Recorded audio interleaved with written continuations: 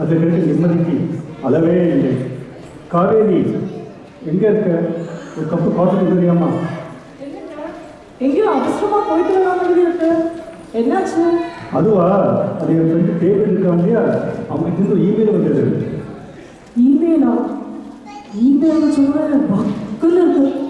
போன மாதம் தான் ஆஃபீஸில் நாங்கள் ஒரு இமெயில் ஸ்கேமில் மாட்டிட்டு முடிச்சு விட்டோம். நீங்களுமே ஏமாறலையே. உனக்கு என்னைக்கு தான் எம்எல் நம்பிக்கை வந்தது?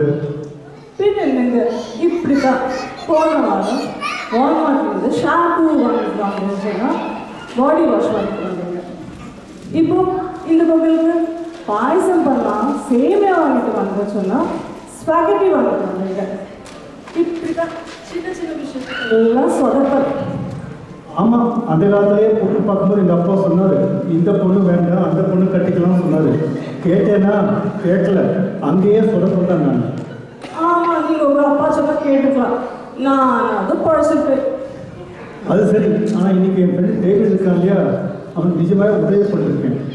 மியா பீச்சில் ஃபோனையும் பர்சையும் எல்லாம் கரையில் வச்சுட்டு குளிக்க போயிருக்கான்.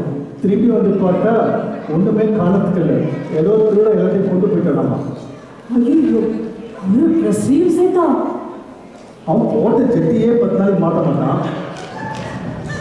திருட அழைச்சி என்ன பண்ண போகிறான்? ட்ரெஸ் எல்லாம் விட்டுட்டு போயிட்டான். அப்புறம் என்னாச்சு?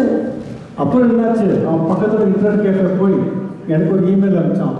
அவசர உதவிக்கு $500 விசா கிஃப்ட் கார்டு வாங்கி பின்ன அதோட ஃப்ரெண்ட் நம்பரையும் பேங்க்கில் சீக்ரெட் நம்பரையும் யாவும் இமெயில் அனுப்புமாறு சொன்னான்.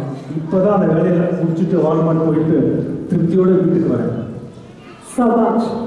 உடுக்க எழுந்தவன் கைப்போலே அங்கே இடுக்கை களைவதாம் நட்பு என்று திருவள்ளுவர் வகை அப்படியே நிறைவேற்றிட்டு.